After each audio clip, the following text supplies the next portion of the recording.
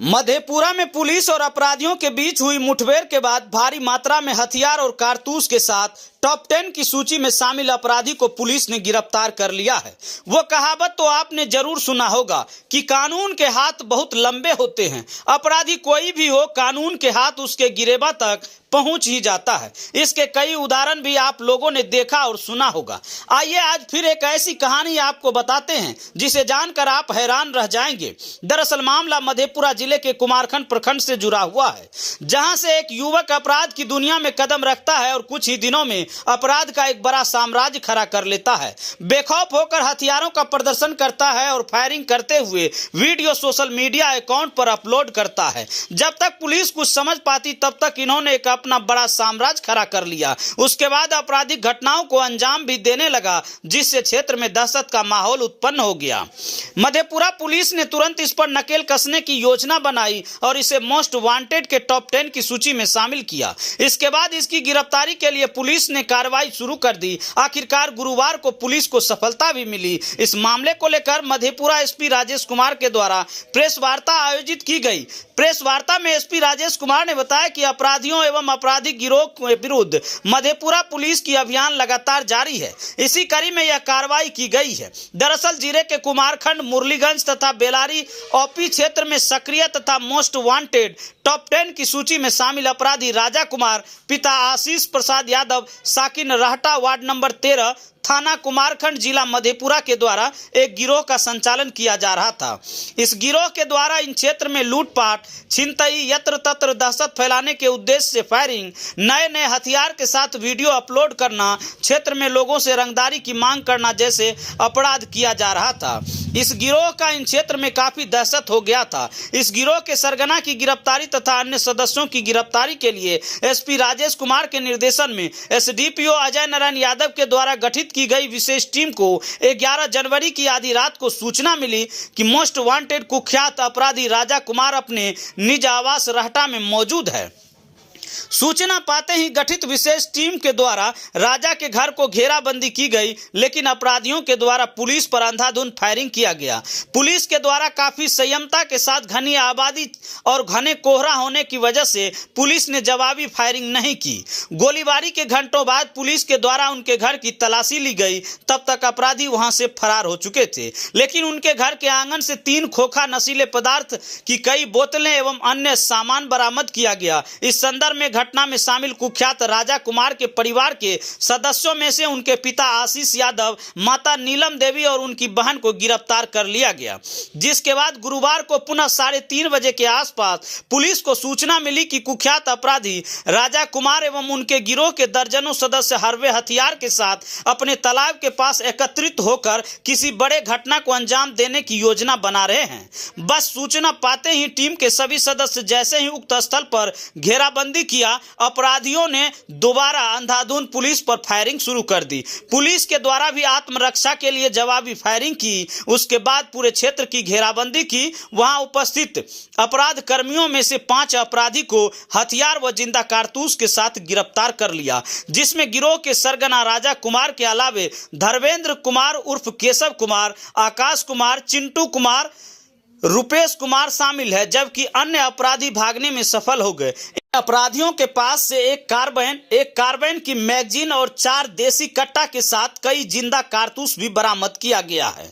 SP Rajesh Kumar ने बताया कि कुख्यात अपराधी राजा कुमार का पहले से भी आपराधिक इतिहास रहा है। इसके खिलाफ कुमारखंड थाने में कई मामले दर्ज हैं। वहीं कुख्यात राजा की गिरफ्तारी के बाद मधेपुरा पुलिस ने राहत की सांस ली है। राजा यादव एक कुख्यात अपराध कर्मी है और कुमारखंड का रहने वाला है। ये उसके द्वारा डाले गए सभी पोस्ट और वीडियोज हैं। इसकी विधिवत पुष्टि कराई गई और पुष्टि कराने से पता चला कि राजा यादव उस इलाके में एक गैंग का संचालन कर रहा है और उसका आतंक काफ़ी उस क्षेत्र में बढ़ चुका है। वहाँ के स्थानीय लोग उसके आतंक से भयभीत रहने लगे हैं और समय समय पे उसके संबंध में कुछ जानकारियाँ भी इधर उधर से आ रही थी।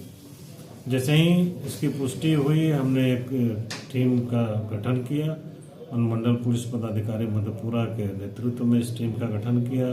इसमें हमने अपने जवान, कमांडो और टेक्निकल सेल के पुलिसकर्मियों को भी रखा और साथ में स्थानीय थाना कुमारखंड और मुरलीगंज के थानाध्यक्ष को मिला करके एक टीम बना करके और रात्रि में इनके घर पे छापामारी करवाई गई।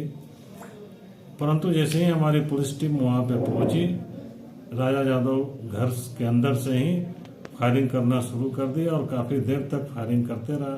चूँकि काफ़ी घना कोहरा भी था उस समय और रात्रि का समय होने के कारण काफ़ी अंधेरा भी था और आसपास में लोगों का वहाँ पे रहना भी होता है, घनी आबादी वाला क्षेत्र था। तो हमारे पुलिसकर्मियों ने काफ़ी संयम का परिचय दिया और वे वहीं पे आड़ लेकर के अपना बचाव करते रहे। परंतु जब गोलीबारी बंद हुआ तो ये लोग संभल करके उसके घर में प्रवेश किए, परंतु तब तक वो लोग भाग चुके थे। लेकिन उसके घर के तलाशी जब ली गई तो उसके घर से काफ़ी भारी मात्रा में नशीला पदार्थ, कोरेक्स, गांजा आदि की बरामदगी हुई और यह भी पता चला कि जो है राजा जादव वो कोरेक्स और गांजा आदि का बेचने का भी काम करता है और साथ में खुद भी सेवन करता है और बहुत बड़ा नासमाज भी है वो। रात्रि में पुलिस को उसके सब पकड़ने में सफलता नहीं मिली, लेकिन हमारी टीम उस इलाके में घेराबंदी कर डटी रही और सुबह जैसे ही हुआ उजाला हुआ फिर से हमारी टीम उसके पीछे पड़ गई। इसी बीच जानकारी मिली कि गांव से कुछ दूरी पे एक बस बिट्टी है, वहीं पे वे लोग शरण लिए हुए हैं। हमारी टीम वहां पे गई और उस बस बिट्टी को घेरने का प्रयास करने लगे। इसी बीच उन लोगों को फिर से पुलिस के आने की और घेरने की भनक लगी और अंदर से काफी ताबड़तोड़ फायरिंग करना उन्होंने शुरू कर दिया, मतलब एक तरह से फायरिंग खोल दिया। उसके फायरिंग से हमारे पुलिस वालों को अंदाजा हो गया कि उनके पास कुछ अच्छे हथियार हैं जिससे उन लोग फायरिंग कर रहे हैं। हमारे पुलिस भी संभल करके अपने बचाव में फायरिंग करना शुरू किया और उसको आत्मसमर्पण करने का आवाज देते रहे कि अब तुम घिर चुके हो, भागने का कोशिश नहीं करो और अपने आप को खुद को पुलिस के हवाले कर दो।